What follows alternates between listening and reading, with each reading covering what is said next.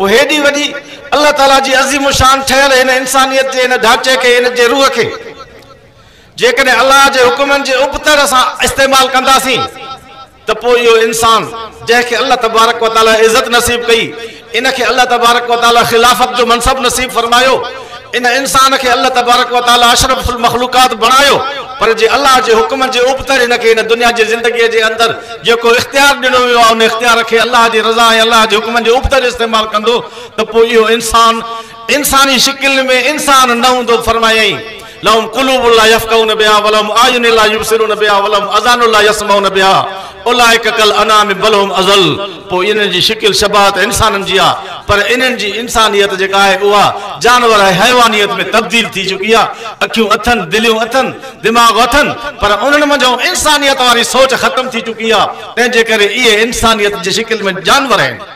सुब्हानक ला इल्म लना इल्ला मा अल्लमतना इन्नका अंतल अलीमुल हकीम वलौ अन्नमा फिल अर्ज़ि मिन शजरतिन अक़लाम वल बहरु यमुद्दुहु मिन बादिही सबअतु अबहुरिम मा नफ़िदत कलिमातुल्लाह सदक़ल्लाहुल अलीयुल अज़ीम। स्टेज ते तशरीफ़ फरमा मुअज़्ज़ज़ उलमा किराम ऐं पिंडाल में मुअज़्ज़ज़ मेहमान गिरामी हाज़रीन इज़ाम साईं मौलाना सिद्दीक़ अहमद साहब दामद बरकातुहुम जे पर साल वारे वाइदे खे कोरोना जे करे अॻु पोइ थी पियो दोबारा वरी उन्हनि जी दावत आई उन्हनि जे दावत खे क़बूल कयोसीं। अल्लाह ताला तौफ़ीक़ नसीब फरमाई त इन मजमे में तव्हां असांजी गॾिजाणी थी आहे ऐं अल्लाह ताला असांजी हाज़िरी तव्हांजी आमद खे क़बूल फरमाए। दोस्तो जेका कुछ मां तिलावत कई आहे सूरत अल असर मां उन जे मुतालिक़ मुख़्तसर अर्ज़ कंदुमि छो त ऐलान त सिंध जे मशहूर मुबल्लिग़ हज़रत मौलाना हैदरी साहब जो ऐलान थी चुको आहे मगर उन्हनि ईसार कयो आहे मां उन्हनि खे शुक्रियो थो अदा कयां पियो त उन जे लिहाज़ सां मां इंतिहाई मुख़्तसर अर्ज़ कंदुमि। मक़सद शिरकत आहे साईं सिद्दीक़ अहमद साहब जे हुकुम जी तामील आहे तव्हां नेकनि सालियनि जी ज़ियारत आहे। अल्लाह ताला इन सूरत जे अंदरि कसम खणी करे फरमायो आहे त इंसान नुक़सान में आहे। इंसान कहिड़ी शइ आहे? अल्लाह ताला 18,000 मखलूक ठाही उन में इंसान खे अल्लाह ताला अशरफुल मखलूकात जो लक़ब ॾिनो। फरमायई लम्मा ख़लक़तुक बियदय्य ऐं इंसान सॼी मखलूक मां पंहिंजे अमर कुन सां ठाही मगर तुंहिंजी तख़लीक़ मां पंहिंजे कुदरत जे हथनि सां कई आहे। इंसान हिकु जिस्म ऐं ॿियो रूह इन्हनि खे गॾाए करे पोइ इंसान थींदो आहे। इंसान जी रूह जी जेका तख़लीक़ आहे उन जे लाइ अल्लाह तबारक व तआला फरमायो यसअलूनक अनिर रूह, रूह जे बारे में तोखां पुछनि था पिया तव्हां उन्हनि खे ॿुधायो त कुल रूह मिन अम्र रब्बी, रूह अल्लाह जे अमर मंझां का शइ आहे। अल्लाह तबारक व तआला जॾहिं आलम अरवाह में अरवाह जी तख़लीक़ फरमाई ऐं उन जे बाद उन्हनि खे अल्लाह ताला हिकिड़ो सवाल फरमायो त अलस्तु बिरब्बिकुम, छा मां तव्हांजो पालण वारो न आहियां? रुबूबियत जो अल्लाह ताला उन्हनि सां इस्तिफ़हाम इनकारीअ में सवाल कयो त अरवाह चयो भला तूं असांजो रब आहीं। मुंहिंजा दोस्तो अज़ीज़ो, जॾहिं अल्लाह तबारक व तआला अरवाह खे पैदा कयो उहे रब जे अमर मंझां आहिनि ऐं उन्हनि जी तख़लीक़ खां बाद उन्हनि खे अल्लाह तबारक व तआला अर्श मुअल्ला सां हेठों सोननि पिंजरनि में उन्हनि खे उते मौजूद रखियो आहे। जेके इंसानी ढांचन के जरिए से दुनिया में अचना हा, कुछ अची हलिया विया, कुछ दुनिया में मौजूद हैं, कुछ वरी अञा बाद में ईंदा। तो मुझा दोस्तों अजीजो, अल्लाह तबारक व तआला फरमायो वल असर इन्नल इंसान लफी खुसरिन, ये दुनिया जो जहान गवाह है, इंसान नुकसान में आ। दुनिया के अंदर एकड़ो कानून आ, मानू 50-40 हज़ार की मोटरसाइकिल वठे तो पियो, उन जी ठाइण वाली कंपनी उनके बुधाईंदी आ तो हिकड़ी जगह ते तवाके पेट्रोल विझणो आ, हिकड़ी जगह ते तवाके मोबिल ऑयल विझणी आ, हिकड़ी जगह ते तवाके बैटरी रखनी आ, हिकड़ी जगह में तवाके हवा भरनी आ।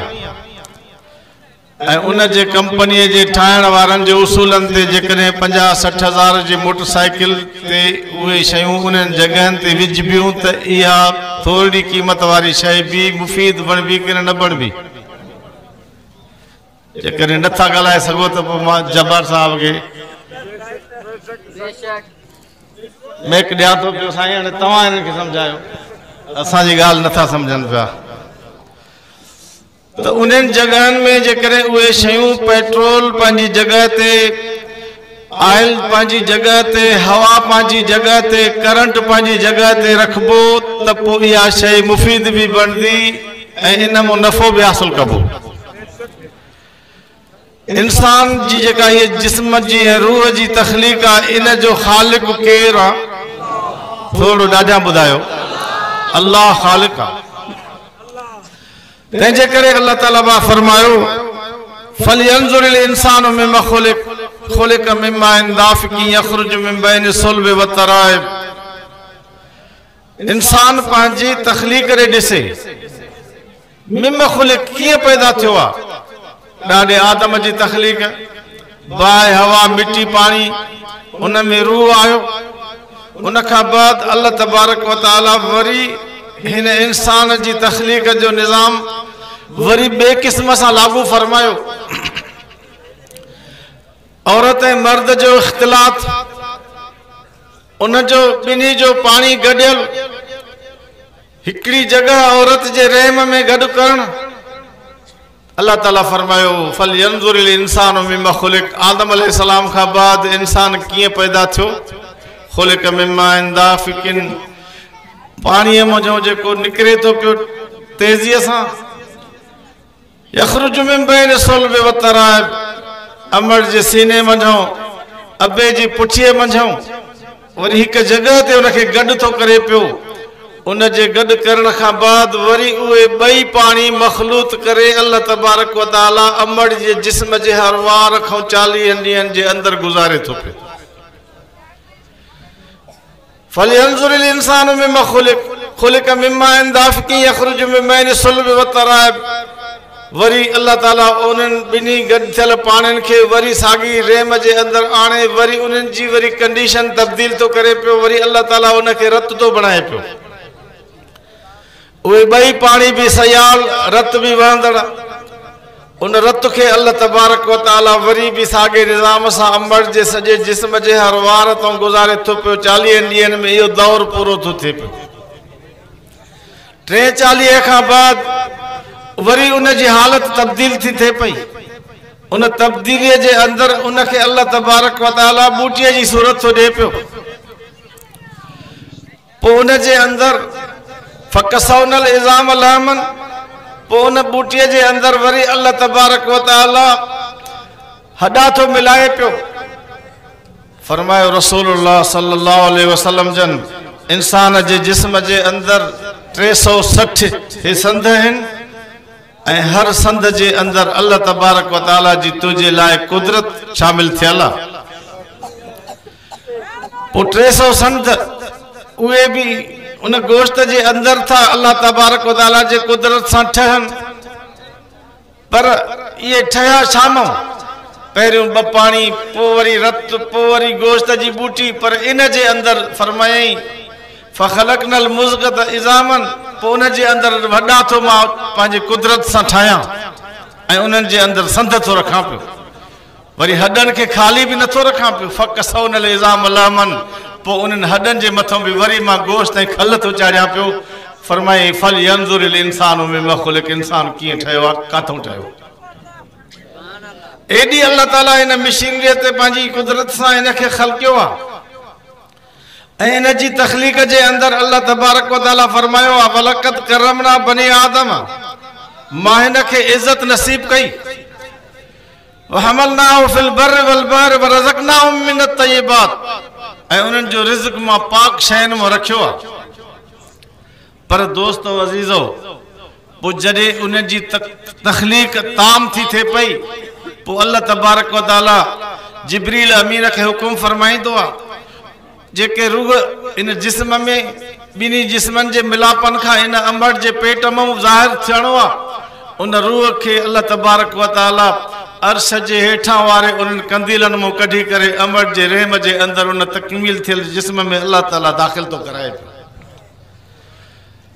त जिब्रील अमीन खे बि रूह इन जे करे चयो वेंदो आहे तनज़्ज़लुल मलाइकतु वरूह फ़ीहा बिइज़्नि रब्बिहिम मिन कुल्लि अमरिन सलाम, इहो अरवाह खे अंदरि पुॼराइण वारो आहे।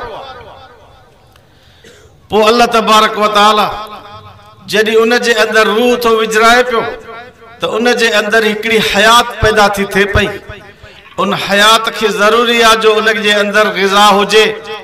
उन ग़िज़ा जो इंतज़ाम अल्लाह तबारक व तआला अंबड़ जे पेट मंझां हिकिड़ी नलकी खणी करे हिन जे दुन जे अंदरि अल्लाह तबारक व तआला लॻाए छॾी, खाईंदी पीअंदी अंबड़, उन मां जेको टे हिसा ठहंदो, कुझु हिसो पाखाने जी सूरत में, कुझु हिसो रत जी सूरत में, कुझु हिसो पेशाब जी सूरत में। पोइ जेका रत अंबड़ जे जिस्म में उन जी ग़िज़ा मां ठहंदी, उन जो हिसो अल्लाह तबारक व तआला उन जे जिस्म मां ई अंदरां अंदरां उन खे कनेक्शन करे नसीब थो फरमाए। वरी फरमाई फल यंज़ुरिल इंसानु इला तामी, हाणे अंबड़ खे ग़िज़ा हूंदी त उहा औलाद जे लाइ ग़िज़ा मुफ़ीद बणबी। फरमाई पोइ इंसान वरी पंहिंजे खुराक ॾे बि ॾिसे। फल यंज़ुरिल इंसानु इला तामी अन्ना सबबनल माअ सबन, मां पाणीअ खे धरतीअ जे अंदरि पहुचाईंदो आहियां। पाणी कंहिं ठाहियो? का दुनिया जी ॿी ताक़त पाणी ठाहे सघे थी पई? अल्लाह ताला फरमायो इन अस्बा माउकुम गौरा, जे तव्हांजा मां दरिया सुकाए छॾियां, तव्हांजा जर मां ख़तम करे छॾियां, समंदर सुकी वञनि, जर तहत सरा ते हलिया वञनि, मय्यतीकुम बिमाइन, केरु तव्हांजे लाइ पाणी ॾेई सघे थो पियो? फरमाई वजालना मिनल माए कुल शैइन हय्यन, इन पाणीअ जे ज़रिए सां हर शइ जी मां हयात वाबस्ता रखी आहे। जमादात खां सवा नबातात हैवानात जे अंदरि पाणीअ जी जेको आहे अशद ज़रूरत हूंदी आहे। पोइ फरमाई अन्ना सबबनल माअ सबन, मां पाणी वसाईंदो आहियां। सुम शक़क़नल अर्ज़ शक़न, पोइ उन जे अंदरि धरती रेज खणंदी आहे। फअंबतना फ़ीहा हब्बन व इनबन व क़ज़बन व ज़ैतूनन व नख़लन व हदाइक़ गुलबन व फ़ाकिहतन व अब्बन मतअन लकुम व लिअनामिकुम, ये सभु तव्हांजे जानवरनि जे लाइ अर्ज़ाक़ मां एतिरो प्यार पैदा कंदो आहियां। कुझु तव्हांजे लाइ अनाज हूंदा, जानवरनि जे लाइ तव्हांजे लाइ अल्लाह तबारक व तआला चारो बणाईंदो। इन चारे ऐं तव्हांजी ग़िज़ा जो इंतज़ाम केरु थो करे पियो? अल्लाह जी ज़ात थी करे पई। हाणे अल्लाह जी ज़ात तव्हां ऐं असां सां बनी आदम सां फरमाए मां उन सां एहसान करे छॾियो। उन महिल जॾहिं शैतान इब्लीस हज़रत आदम अलैहिस्सलाम खे अल्लाह जे हुकुम जे बावजूद बि सलामीअ जो सुजदो न कयो त अल्लाह ताला पुछा कयसि त मां मनका अल्लाह तस्जुद, कहिड़ी शइ तोखे रोकियो जो सुजदो न कई? काल ख़लक़तनी मिन नारिन व ख़लक़तहु मिन तीन, हिन खे मिटीअ मां पैदा कयो हुई, मूंखे बाहि मां पैदा कयो हुई, तंहिंजे करे अन ख़ैरुम मिन्हु, मां हिन खां भलो आहियां। मुंहिंजा दोस्त अज़ीज़, अल्लाह ताला फरमायो तोखे मलून आहे तूं, जेसि ताईं मुंहिंजी मर्ज़ी चाहे थी तोखे मां लानत करे छॾी जो तूं मुंहिंजे हुकुम जी इनहराफ़ी कई। शैतान अर्ज़ कयो अंज़िरनी इला यौमि युबअसून, मूंखे क़यामत ताईं मोहलत ॾेई छॾ रब, छा कंदे? उन चयो लअक़उदन्न लहुम सिरातकल मुस्तक़ीम, वला उज़िल्लनहुम वला उमन्नियनहुम वला आमुरनहुम।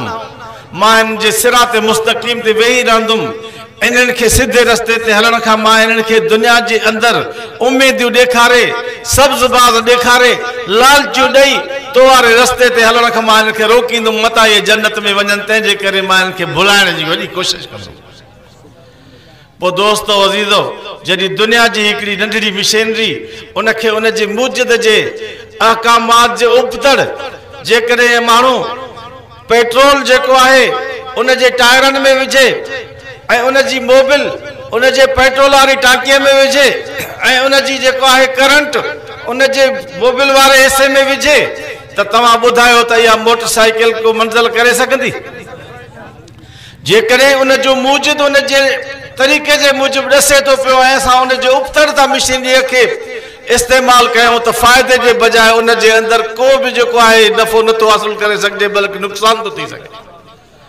पोइ हेॾी वॾी अल्लाह ताला जी अज़ीम शान ठहियल हिन इंसानियत जे हिन ढांचे खे, हिन जे रूह खे जेकॾहिं अल्लाह जे हुकुमनि जे उपतड़ असां इस्तेमालु कंदासीं त पोइ इहो इंसान जंहिंखे अल्लाह तबारक व तआला इज़त नसीब कई, इनखे अल्लाह तबारक व तआला खिलाफत जो मनसब नसीब फरमायो, इन इंसान खे अल्लाह तबारक व तआला अशरफुल मखलूकात बणायो, पर जे अल्लाह जे हुकुमनि जे उपतड़ हिनखे हिन दुनिया जी ज़िंदगीअ जे अंदरि जेको इख्तियार ॾिनो वियो आहे उन इख्तियार खे अल्लाह जी रज़ा ऐं अल्लाह जे हुकुमनि जे उपतड़ इस्तेमालु कंदो त पोइ इहो इंसान इंसानी शिकिल में इंसान न हूंदो। फरमायईं लहुम क़ुलूबुन ला यफ़क़हून बिहा वलहुम आयुन ला युबसिरून बिहा वलहुम अज़ानुन ला यस्मऊन बिहा उलाइका कल अनाम बल हुम अज़ल।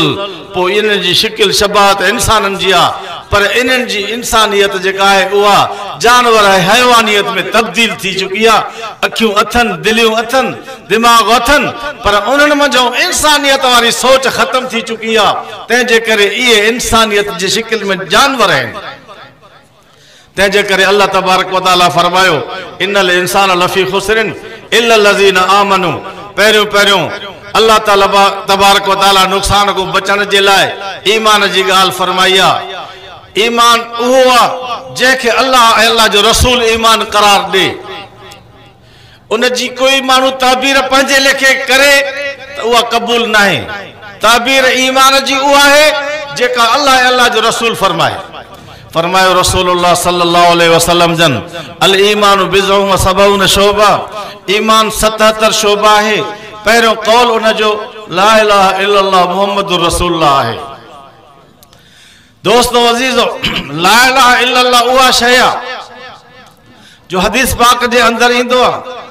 जेको बानो सुभान अल्लाह वल्हम्दुलिल्लाह पढ़े तो पियो, फरमायो रसूलुल्लाह सल्लल्लाहु अलैहि वसल्लम जन तमलान मा फी समावाति वल अर्ज़।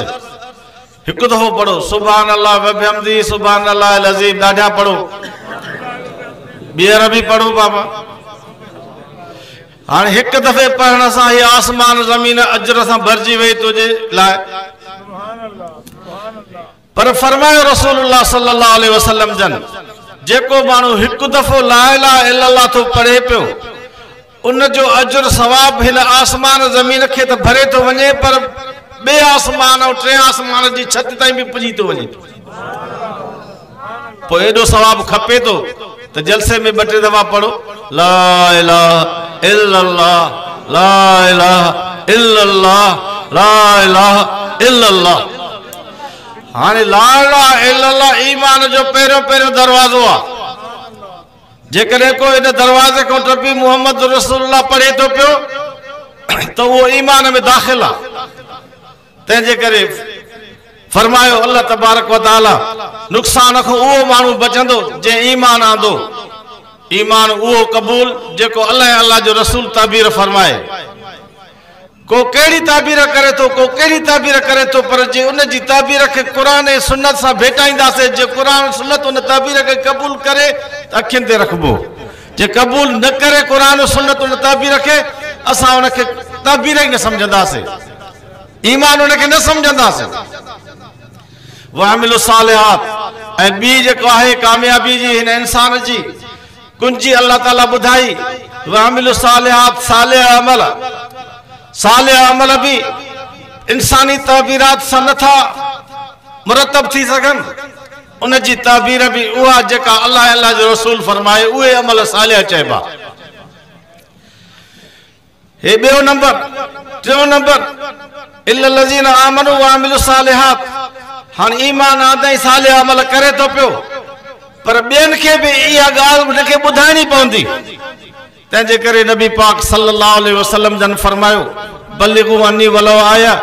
मुंहिंजे दीन जी हिकिड़ी आयत बि जेकॾहिं तव्हांखे काथे ॿुधाइणी पए त ज़रूर ज़रूर उनखे ॿुधायो, पुॼायो उनखे।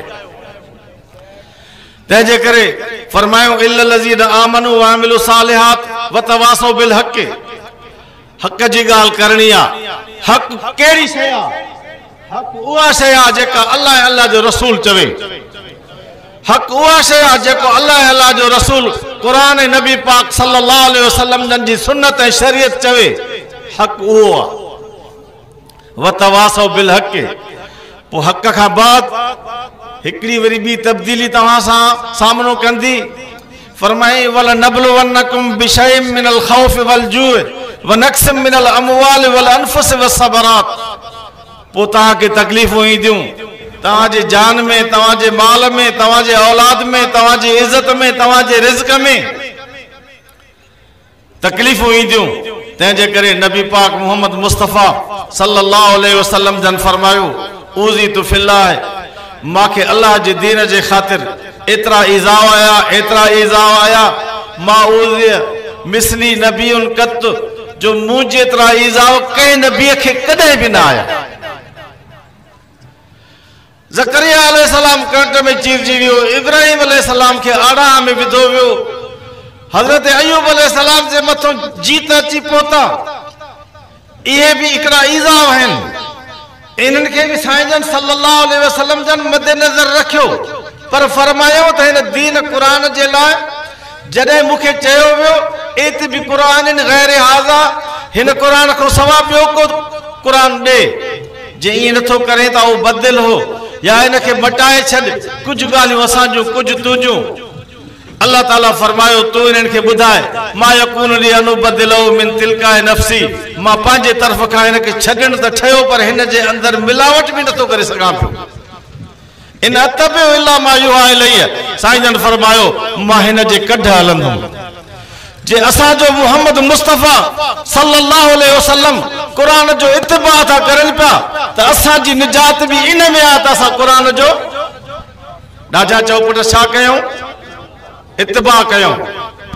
तंहिंजे करे जॾहिं साईं जन उन्हनि जी इहा ॻाल्हि न मनी त पोइ साईं जन खे तकलीफ़ ॾिनऊं।